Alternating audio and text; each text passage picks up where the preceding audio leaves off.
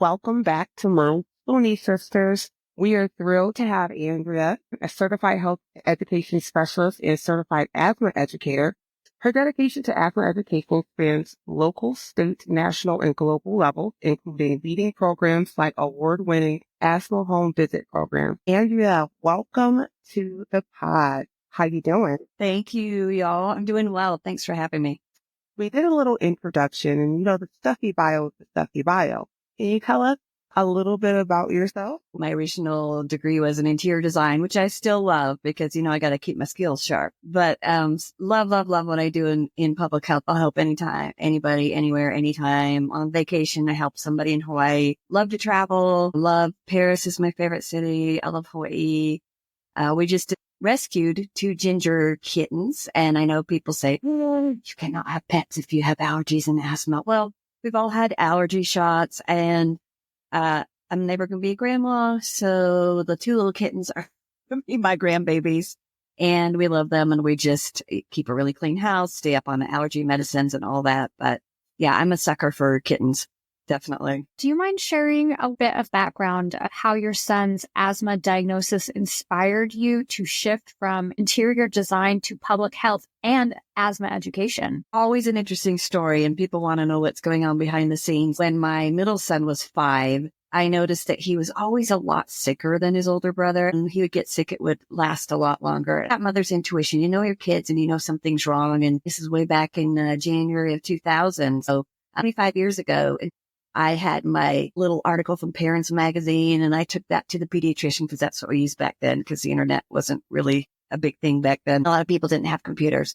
I said to my doctor, I'm really concerned that this child has asthma, and he shows all the symptoms here. Something is off with this kid. He said, oh no, it's a virus. About 2 weeks later, I took him back to the doctor. He was sick again. He looked terrible. His skin was pale. He had dark circles under his eyes. He was really lethargic. And that mom instinct, like something's wrong with my child. Took him to the pediatrician. And all of a sudden, instead of saying, oh, honey, it's just a virus, I'm the doctor. The room swarms with people. And I've got people putting an oxygen monitor on his finger. I'm setting up an albuterol breathing treatment. The doctor doesn't come in a lot. All sorts of other people were there. And I'm like, what's going on? He said, well, he's having a hard time breathing. I'm like, yeah, that's why I brought him in. I knew something was wrong. They said, we need you to drive around to the other side of the building, and we're going to admit him to the hospital. I was 8 months pregnant. I had a really horrible pregnancy, got some heart issues. So I was supposed to be home on strict bed rest at night, getting up to go to the bathroom, getting up to shower. That was it. Couldn't find anybody to take me down to the pediatrician with him. Now I've got to drive around to the hospital. I called my husband and he works an hour away. Something's going on. They're admitting our son to the hospital, and he's in a panic. He borrows a car. I get to the hospital and they're like, honey, do you need a wheelchair? I'm like, I've got to take him up to peds. I get up to peds and the respiratory therapist there. And I'm like, what is going on here? He said, oh, we're admitting him for asthma. I said, no, I just talked to the pediatrician and he said, he does not have asthma. And he said, oh, he has asthma. All right. That's why we are admitting him. So deer in the headlights, look, didn't know anything about asthma, didn't know terminology, didn't know how the disease worked, didn't know how it worked on different people, just absolutely in a panic. I'm going into preterm labor at this point. It was a really hard situation. And bless his heart, the respiratory therapist went over to his computer, printed off 30 pages worth of information from the internet, came and flopped it down on my son's bedside table, turned on his heel, and then just called over his shoulder, call me if you have any questions. That was my introduction to asthma. I know that happens to a lot of people with a lot of diseases, and it really shouldn't be that way. If you get a diagnosis, you should get the information. This is back before smartphones. It wasn't like I could just pull up my phone and sit on, the corner of his bed and Google, what is asthma? What are the signs and symptoms? None of that was available. It was a really, really rocky road. I dove into the world of asthma. I started reading those 30 pages worth of medical articles. I was circling, I was highlighting. The respiratory therapists would come in. I said, what does this mean? What's this word? Then we were introduced to an asthma specialist. The thing that can be really hard is that when my son was discharged the first time, the pediatrician said, oh, he doesn't need to be on all those inhalers.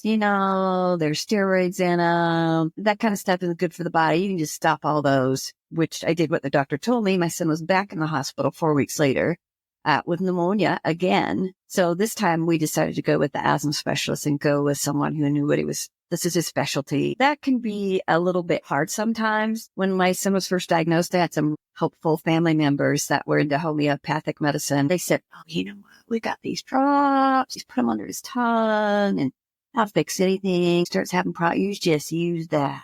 This is an older family member. She had 6 kids. I trusted her. My son ended up in the ICU. I said, we're done here. I'm going to listen to the specialists and make sure that I'm following all the medical professionals. I'm not going to mess with essential oils or anything else. I've got to go with what works and what the guidelines are. Threw myself in the world of asthma, attending webinars, listening to anything I could, read anything I could. Then when I would learn things from the doctor, I would be sharing this with friends whose kids had asthma. A friend that worked in public health that said, Andrea, you are really good at this, working with families and explaining things how they could understand. You should get a degree in public health. I said, what is that? I found a program at the local university, and she said, you should go back and get a degree in this and you can get paid for what you're good at and helping families. So I did. It had been 19 years since I'd been in college. My oldest son was starting college the same time I was going back to college. I was terrified. I had gone to college. We used typewriters and card catalogs and hear all these kids on their laptops whizzing around. It was terrifying, but made it through, earned my secondary bachelor's degree, had to take core classes, graduated with honors, and then became certified nationally in public health and asthma. You said it was the year 2000. Mm-hmm. If we wanted to try to find out anything, get on AOL and watch that dial-up happen. It's going to take forever to get into a chat room to talk to other parents. Right. I know that for me, it was call my mom, my grandma, my aunt. Have you had to deal with this? What can you tell me? Right. And with everything, did you feel at one point you're ready to fire your pediatrician? I did. We stopped seeing him for asthma. We'd only go to the asthma specialist. I would take my kids back. The kids had strep throat or they broke their arm or something. We would go to the pediatrician, made a firm boundary that the family member was not to talk to me about any homeopathic treatments at that point. And they kept trying to do that with some of my heart problems. And I said, this is none of your business. I'm going to go to the doctors that are board certified and specialize in this. I'm going to make sure the information I get is accurate, because that almost cost my son his life. That is a valid point. It's hard to want to weed out and listen on things and not others. People are overstepping when they think they're trying to be helpful. I see so many nodding heads. I'm sure there's extreme situations that you've all dealt with. Listen. It's Allie. Hello. I get a lot of DMs on Instagram about people who did not start their medication because of what we call in the studio world, like medicine shamers. And almost all of us have dealt with it. It's really hard, especially when we're getting diagnosed. I put off medication because I had medicine shamers in my life telling me that the first group I was in, the woman said it's going to kill me, the medication, because it killed her brother. Like, I've had a lot of people say, don't take that. And I got joint damage because of it. So I see a lot of people not start their medication because of the fear. And I'm like, please just talk to your doctor. Don't listen to yes, we want to listen to random strangers on the internet for nice help, like all of us, what we're doing here. But when you really need medical advice, you need to go to a doctor and voice your fears and not just listen to medicine shamers tell you, oh, don't do this because it's going to wreak havoc on your body.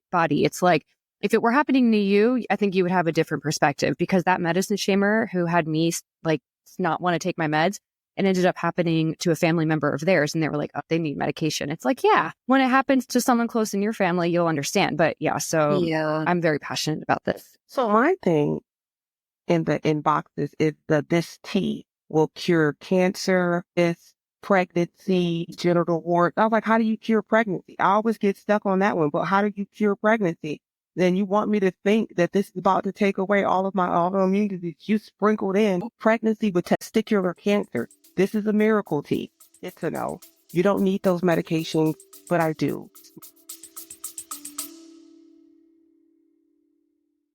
Hey, listeners, are you living with a chronic illness and want to make your voice heard? Rare Patient Voice connects patients and caregivers with research opportunities so you can share your experiences and get paid for your time. Your insights help drive real change in healthcare. So sign up today using the link in our show notes and start making an impact. I don't want to hear about herbs. I don't want to hear about the juices, the latest tropical juice. It's going to cure me. And so that's why I specifically on my socials of my life as an asthma mom, I'll share stories about what we went through. I make sure that there's accurate information there. I will link to Mayo Clinic or one of the other allergy and American Lung Association or some of the national, because I want to make sure that they know that the information I'm giving is accurate, because it can be really dangerous. And why shame somebody? You are not in their shoes and you do not know what they're going through. And I've had so many people say, oh, I want to have to take a medicine for the rest of my life. I'm like, why not? I intend to live a long life and annoy my kids. They're all adults now. I want to annoy them for several more decades. I want to live a long life. And if this can help me do that, I'm going to take it. Yeah. And let's be realistic. We owe those kids. Yeah. Everything that they put us through in our lives, we owe them to be around. Have you ever seen those videos of the parents acting like the child going through their house? Yes. Messing up all the dishes? Yeah. I want to be that parent. Flipping the lights on, leaving the cupboard doors open, setting cream on the counter, letting it melt, all that. Yeah. Yeah. If we made it through teenage years with our kids, we deserve a medal. Andrea, I was diagnosed with asthma in the 80s. Okay. I had the pediatrician that had never asthma because it was so apparently uncommon in the 80s. What are some of the misconceptions about asthma that you encounter in your field? Because when I was getting my diagnosis, they had my mom thinking I had cystic fibrosis, and they were holding me over beds and beating my back and chest and doing all of the stuff. All I really needed to do was get the mucus out my lungs because I had asthma, and a good old nebulizer treatment would have cleared that up. But, a lot of people say, oh, it's just asthma. Just use your inhaler. That's not good enough sometimes. Sometimes you need a nebulizer. Sometimes people need a daily controller anti-inflammatory, which is what I need. And then I also need to have a dual inhaler that also is the long-acting version of albuterol. So there's different types of asthma. It depends really on your body, just like all of us look different on the screen. Asthma can look different for everybody. It depends on what type of phenotype and endotype of asthma you have. Some of the biggest myths are that asthma is just a childhood disease. Well, guess what? They grow up to be adults and they still have asthma, and asthma does not go away. And I said, well, I'm almost 60. How old do you have to be before you outgrow asthma? That's a really common one that people say, is that people outgrow it. No, we just grow up and our lungs grow with us, and we may have less symptoms because we're better at preventing germs. I'm a germaphobe. We could be better at preventing ways of getting sick. That's a big one. People say, oh, it's just anxiety. It's all in your head. You just take some deep breaths and you'll just be fine. No, it's actually in my lungs, but thanks for that. Another one is people with asthma shouldn't do sports. Like they need to just be on the chess club in school.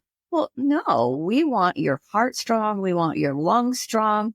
And if you look at the Olympic athletes, the most common disease among Olympic athletes, is asthma. If they're competing they're competing at that global level at the highest amount of their sport. Well, I can go for a walk around the block, or I can go for a bike ride. All my kids do sports. And if you have exercise-induced asthma, sometimes your doctor will have you pre-medicate. They'll have you use your albuterol inhaler, say 20 minutes beforehand. And so there's a lot you can do, but absolutely sports are good. Some people say, hey, I don't want to use my inhalers because they're addictive and I'll never be able to get off it. And they're going to stop working over time. My body's going to build up a defense. Also not true. When we talk about the inhaled corticosteroids that a lot of people use to control their asthma, think of it as an anti-inflammatory. It's keeping that swelling down in your lungs. And that's the number one thing people don't understand about asthma. Asthma is a disease of inflammation. Your lungs swell.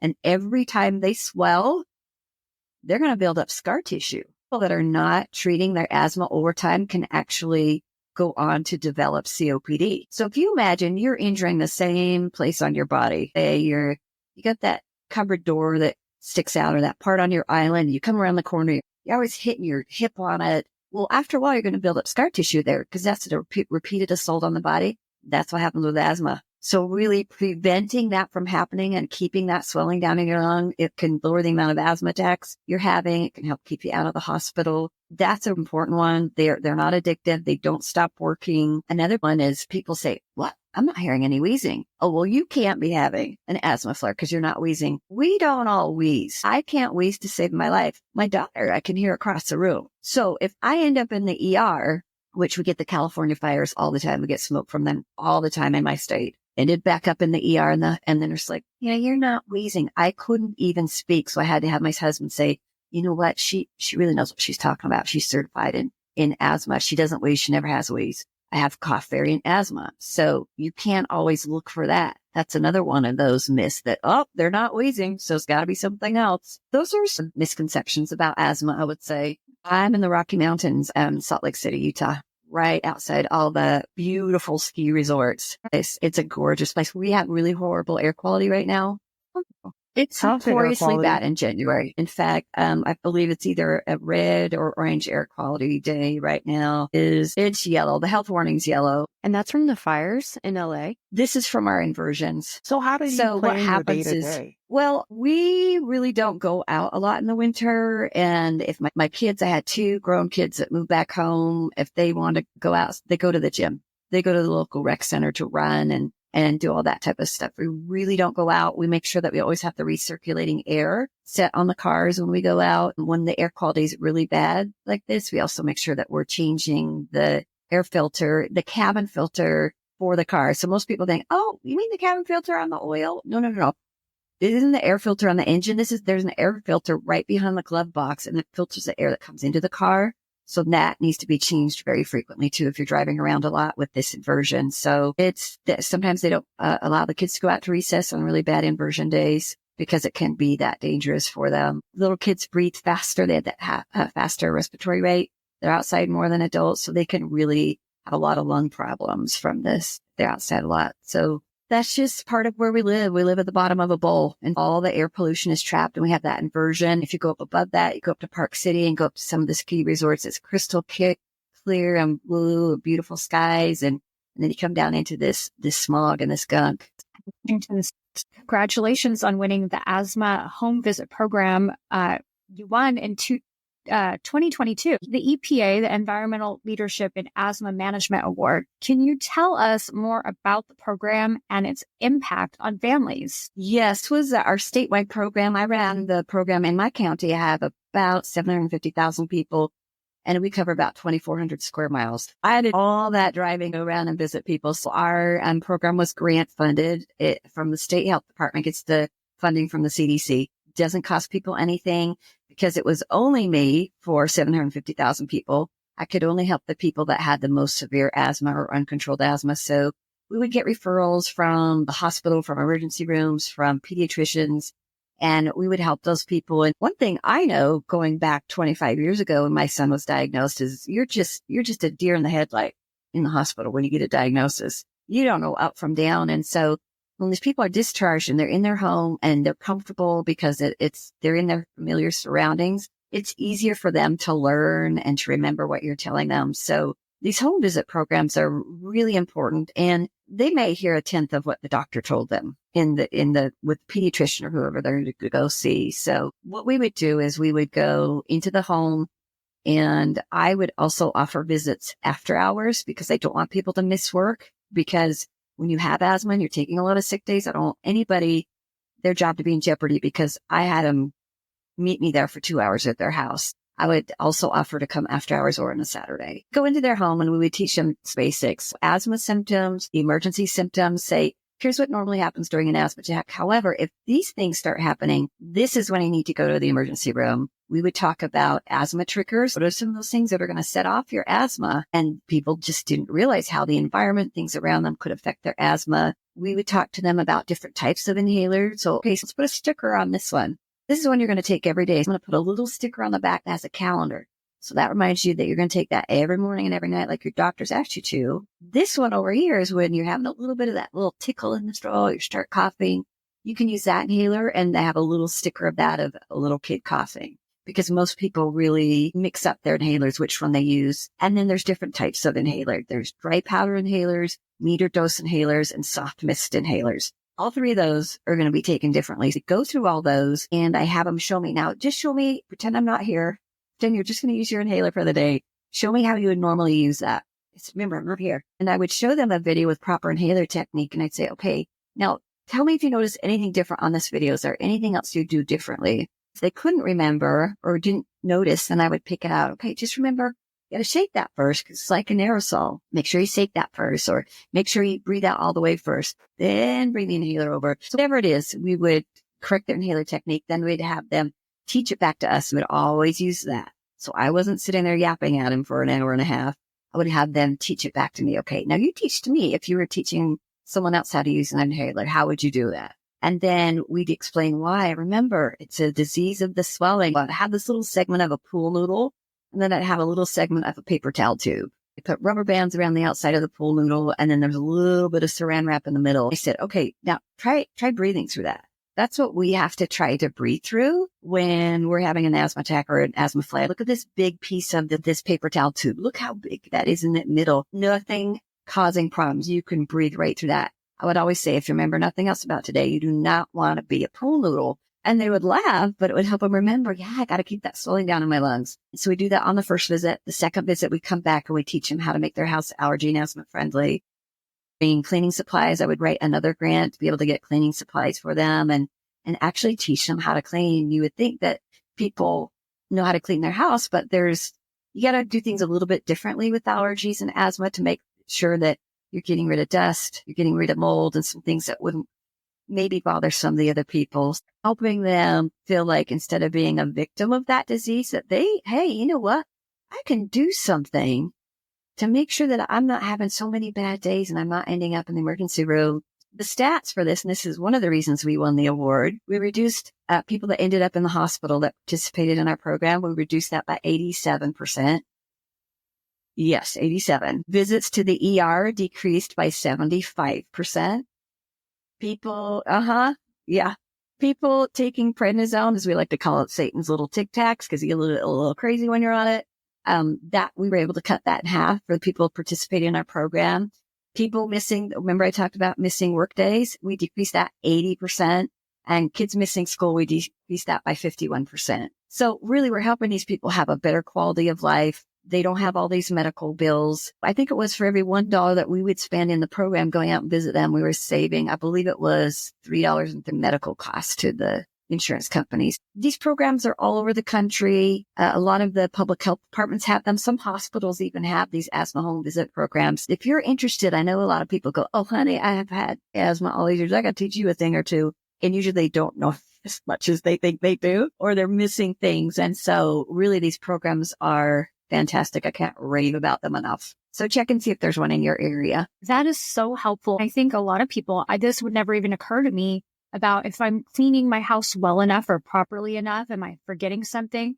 I've got cats. So of course I'm hypersensitive to when I'm having guests. I have to warn them about my cats, but I have a friend that comes to visit and she's allergic. So this room is off. It's quarantined. There's things we don't think about, like curtains, window blinds.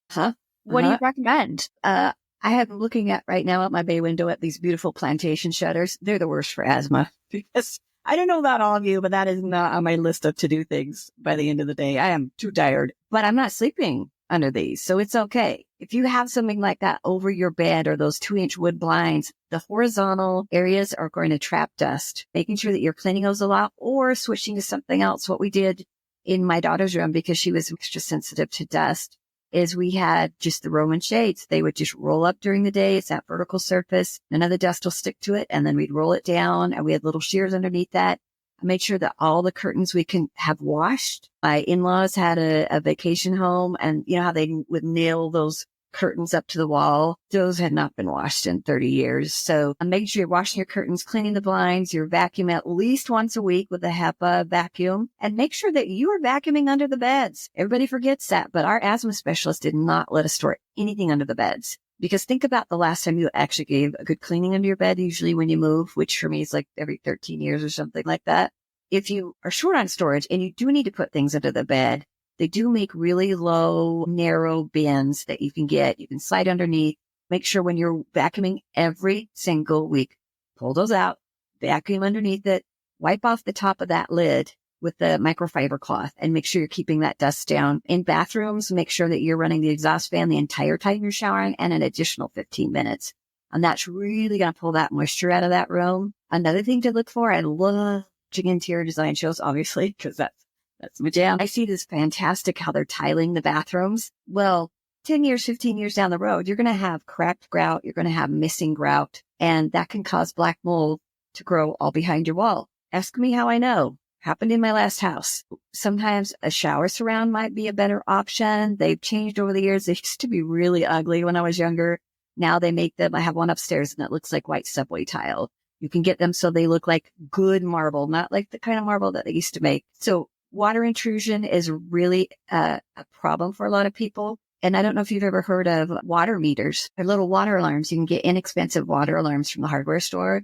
You can put those by your water heater. When those go out, and you've got, 50 gallons flooding your basement, which we also had happen. You can put them behind your washing machine if it leaks. You can put them by toilets if they leak. And they have some that are really inexpensive, and they will do a really high decibel sound that will wake up the entire neighborhood. Or they even have versions you can connect to your phone. While you're traveling on vacation, it can alert you. If you're at work, you're traveling, it will let you know that something's leaking. So there's a lot of prevention that goes on with that. We talk about you don't want little critters in your house. And so making sure that you take away their food and water source is really important.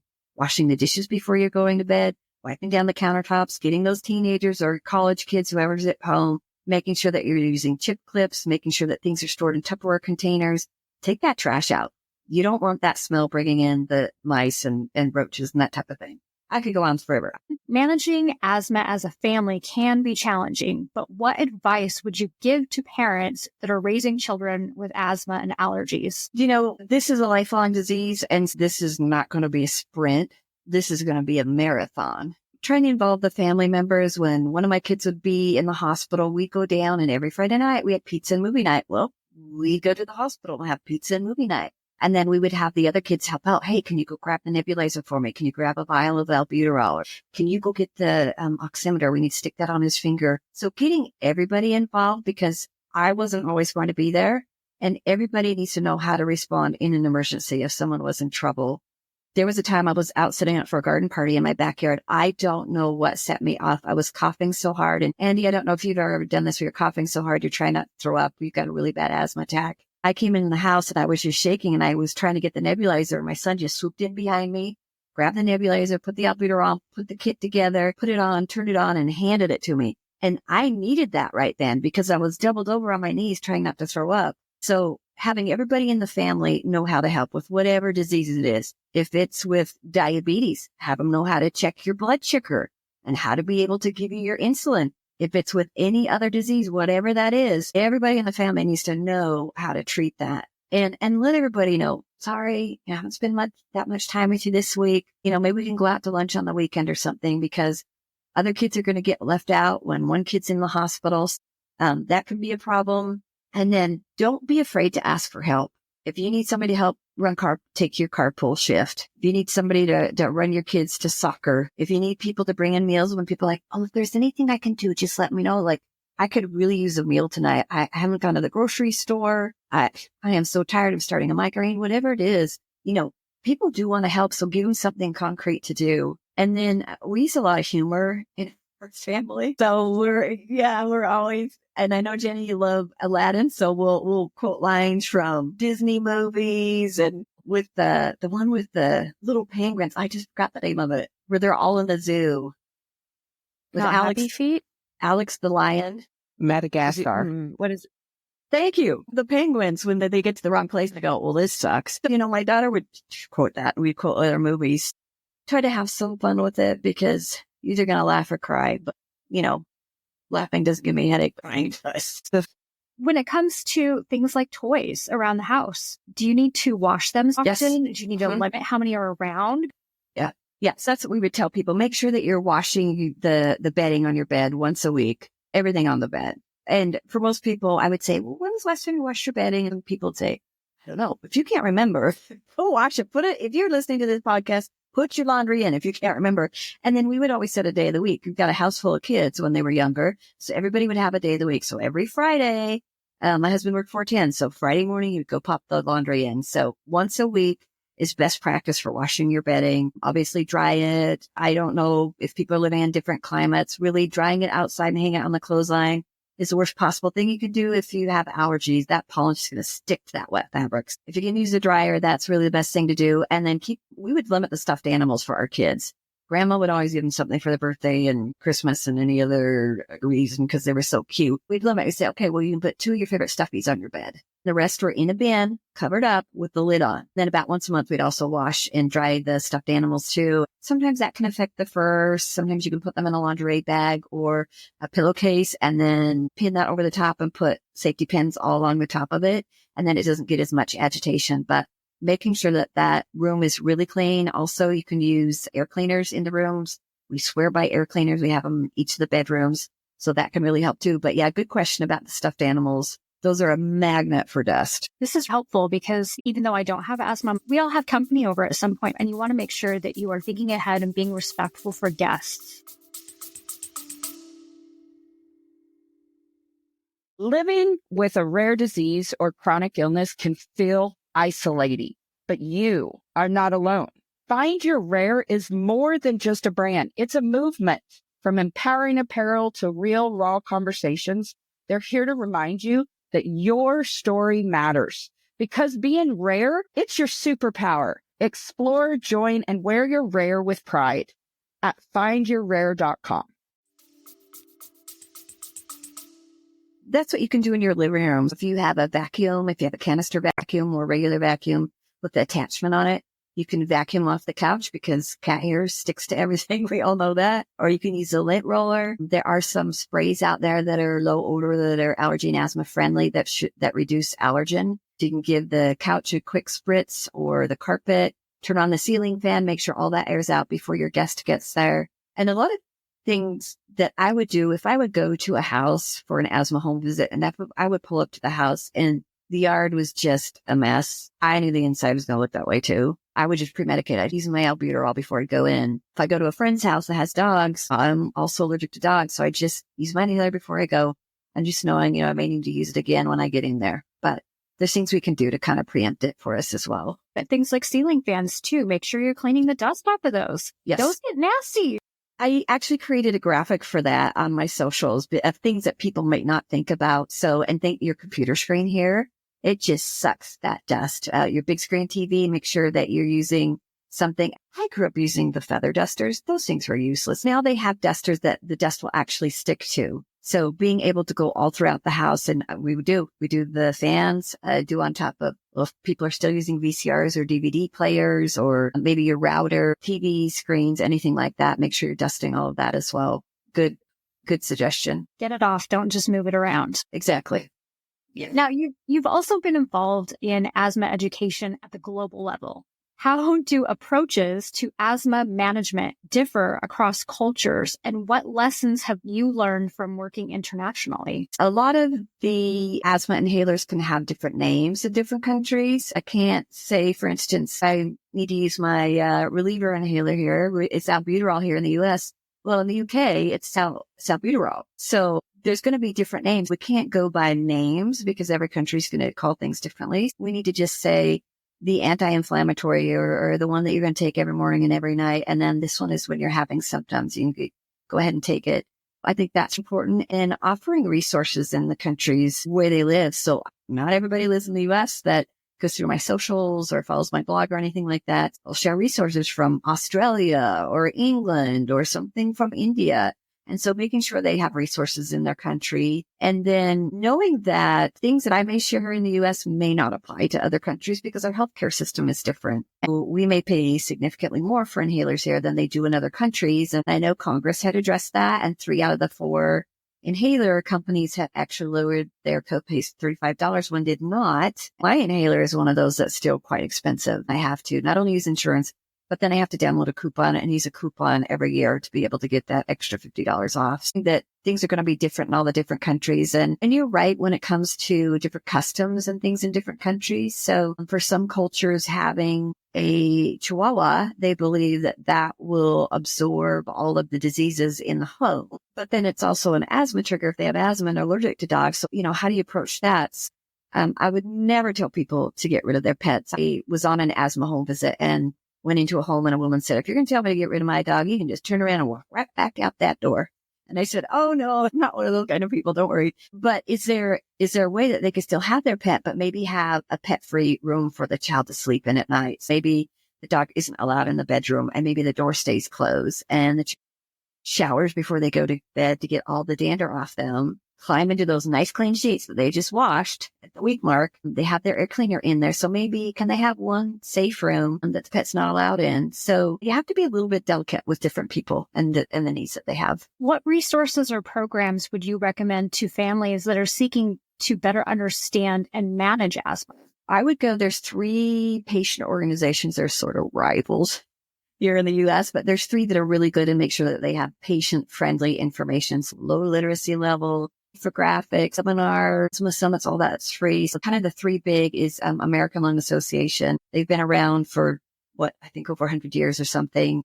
They have all sorts of videos. They have an asthma basics or an asthma 101. There's another one, Asthma and Allergy Foundation of America, AFA. And then the third one is Allergy and Asthma Network. There are the professional organizations, but a lot of times that information is a lot higher literacy level and a little bit harder for people to understand. But these 3 seem to focus more on basic webinars for people to understand throughout the year. So those are some good options. Fantastic. Thank you.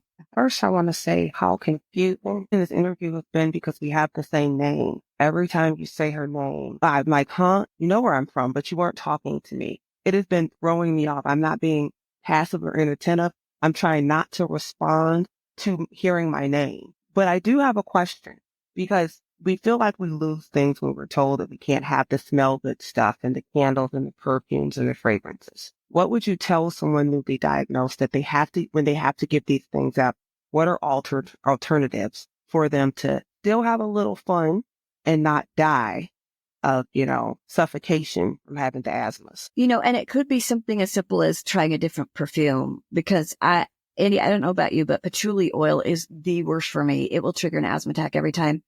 Yeah. Every time I fly, somebody is on the plane with patchouli oil. I fly with an N95 mask because when I get COVID, I'm on oxygen for 6 months all day long. So I'm trying to avoid that. I can even taste it through the mask. So I'll pre-medicate. Same thing. I'll pre-medicate before I get on the plane. If somebody, that's their go-to, and if that's triggering an asthma attack for them or family members, is there a different type of perfume that they could try? I had a really awkward conversation where I had to ask the secretary at the health department where I work not to wear her patchouli oil because I could smell it out in the hall before I even got to the office. So is there a different type of perfume that they can try? With the house being a little bit stuffy, you can actually switch on the fan so it circulates the air through your house on a regular basis. It increases those air exchanges. That can help. I have a little teeny tiny candle right here. I'll turn it on for maybe 10, 15 minutes. That's it. And then it's off. And it's not a strong scent. It's just vanilla. You can treat yourselves every once in a while, but it's going to be trial and error. If you're trying something that's giving an asthma attack, think maybe I should use a different scent. I had one in here. In the fall, there was something that was pumpkin, way too spicy. Threw that one away. I can just do vanilla and it gives me a little bit of a scent. So we're not here to kill all of their fun. We're here to say, we'll try something else in that area that might be a little bit safer for you. My son has asthma and we lived in Kansas. We moved here to Arizona when he was in 2nd grade. And we noticed just switching the location, his asthma started going away, but it didn't go away. He just wasn't around all those allergens in the Midwest. He is now starting to develop his asthma again. It's almost like his body adjusted. So he's having to learn more about his asthma as an adult because he's 25 and he hasn't really dealt with it since he was in elementary. Do you have any tips or suggestions I could share with him? Yeah. We made him get rid of his cat. He had a cat and we thought maybe that has helped. But do you have any other tips you could share with somebody that is now dealing with it as an adult? That's not uncommon at all. I remember asking my specialist, I need to move. There's somewhere I can move that will be safer. He said, it doesn't matter where you live. You will develop new allergies to wherever you're living. You're going to become allergic to new bushes, new trees. So does he have allergies as well as asthma? Yes, he does. He has seasonal allergies. Okay. Yes. Okay. So the biggest thing about asthma is he has the allergic type asthma is really controlling your allergies because that's going to control your asthma. So first thing that's going to start is in the spring, it's trees. People don't realize that trees have pollen. Trees are going to be your enemy in the spring. Summer is grass and in the fall is ragweed. So one of the best things he can do, and I know Arizona gets raging hot like we do, and sometimes you get that nice little breeze. We're actually in central Arizona. We're kind of mild 4 seasons. Yeah. He's moving soon where there is no grass. I'm hoping that might make a difference this summer for him. And the thing is, pollen can travel. So ragweed's the worst. They found it thousands of miles out to sea. He may not, depending on where he lives, he's probably never going to find a safe space. One of the best things he can do is shower before he goes to bed every night. That's going to remove all that pollen from his hair. Keep the windows closed. I don't care if there's a nice breeze coming in. Okay. Yeah, he does. Does he have an air cleaner in his room? No, but that would help. A Valentine's present for him. There you go. The other thing is he on allergy medicine? Yes. They told him to take over the counter, but when it flares up, his asthma does kick in really bad when he gets any type of a chest cold. And that's how it all started, he had RSV he was about 1.5 years, and that's when the asthma started, but it got worse as the season changed in Kansas. And now it's starting back up. And that's the thing is what we talked about asthma being a disease of inflammation is making sure that he's on the right medicine for his body and for his type of asthma. So does he take a daily controller inhaler right now? Yes. And I couldn't tell you the name because he buys it and he doesn't live with us anymore. But he has a rescue one and a daily one. Okay. Sometimes people aren't great about taking a daily inhaler because you woke up late, you're late for work. And when we started our asthma home visit program, it was set up to say, how many days a week are you taking your inhaler? I'm like, no. That's not going to cut it. Because I heard a doctor at an asthma conference, and he said the best way to say is about how many days a week do you remember to take it? Because most people only take their inhaler 2 or 3 days a week, and they'll say, well, I take mine 4 days a week. Then you have the real number because they're not telling you 7 to please you. You're getting to what's really going on. There's some people say, what's the barrier and what's going on there? Can they afford the controller inhaler they need to take every morning and night? Do they need to pair it with another activity? Are they brushing their teeth every morning and every night? Let's hope, because sometimes guys can be guys. Can you put it near his toothbrush? There have been some teenagers, and what do you do every morning? Well, I go to school. What do you do before I go to school? I put my sneakers on. They put their inhaler in their sneakers. So they can't go to school until they use their inhalers. It's pairing it with another activity, and it's helping him understand why. My thing is, I wanted to know, well, why? Why do I have to take this? So once I understood that that's keeping that swelling down in the lungs, remember that pool noodle? Yeah. If you're a pool noodle and you get a cold on top of that, or you get COVID on top of that, or the flu or anything else, you're going to end up in the ER. You're going to end up in the hospital. You're going to be sick for a long time. It takes a long time once that swelling's there to get that swelling down in the lungs because the lungs do not like to be bothered. So preventing that from happening in the first place can be really helpful. They did come out with there's a new treatment they use. There's new guidelines that they use. And it's called smart therapy. And you use the same inhaler as your reliever inhaler as you do as your controller inhaler. Some people are like, look, I'm not going to use it every day. I'm not going to remember. I got stuff going on in my life. It's just too much. So for him, instead of this inhaler that I have is just albuterol.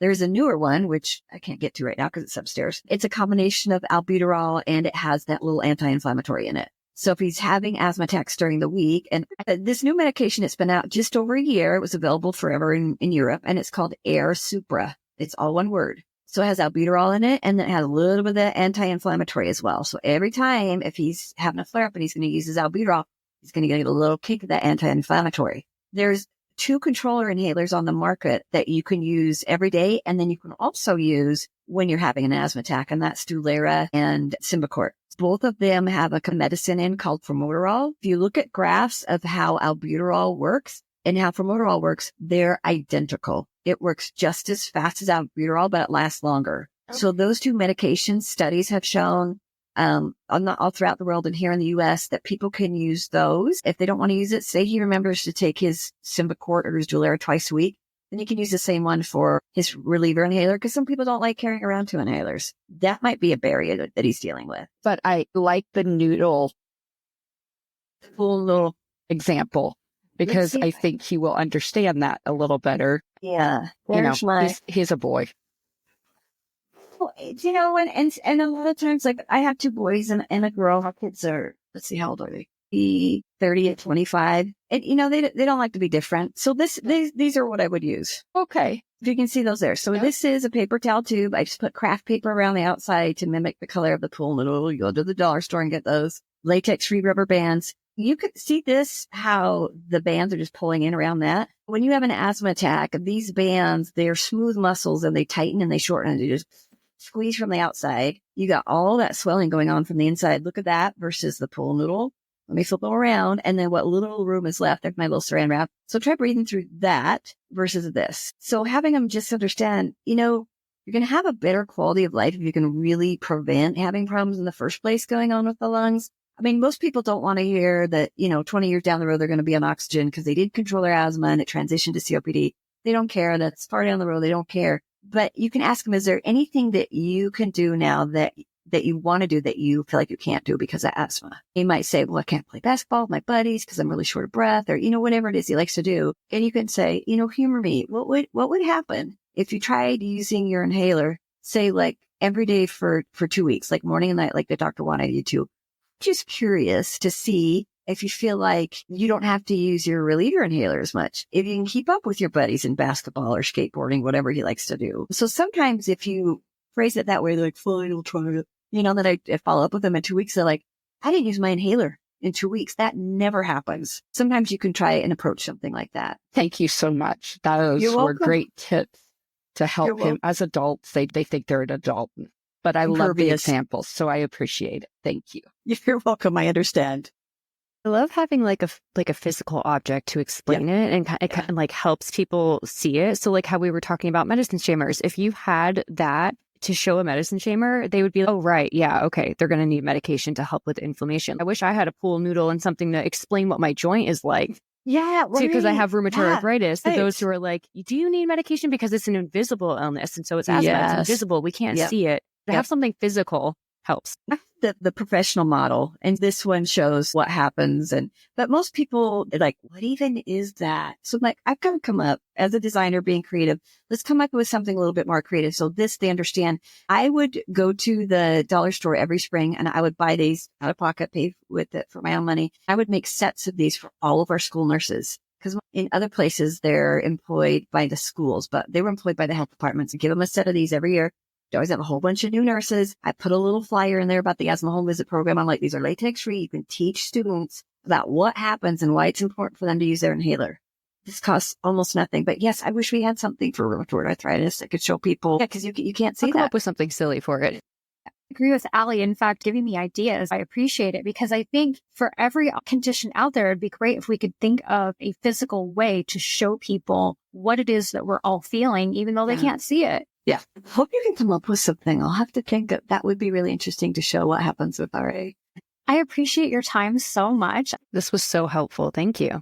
Thank you, everyone. I hope this helps people that are listening. You can live a good quality of life with asthma. Just get on the right medication for your body, for your type of asthma. If you don't like the inhaler, go back to your doctor. There's a whole rainbow of options of inhalers on the market. If you don't like your using, go back and say, is there something else? I just don't like this one. There's injectables that they use now to control asthma. There's a lot out there. So don't give up. Keep trying until you find something that works for you and works for your body. And thank you all for all you do, because you're helping so many people. All right, everyone. Until next time, don't forget your spoon.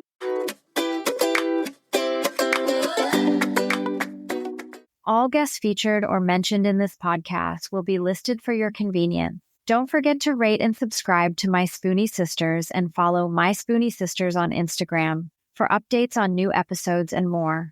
We eagerly look forward to speaking and hearing from all our Spoonies. Disclaimer: while we are not doctors or healthcare practitioners, we want to assure you that this podcast is a credible source of information. It's based on our guests' personal experiences and the strategies we've found effective for ourselves. However, everyone's body is unique, and what works for one person may not work for another. If you have any health-related questions, it's always best to consult your primary doctor or rheumatologist. Remember, our goal at My Spoonie Sisters is to connect people and provide them with the support and tools they need to live better lives.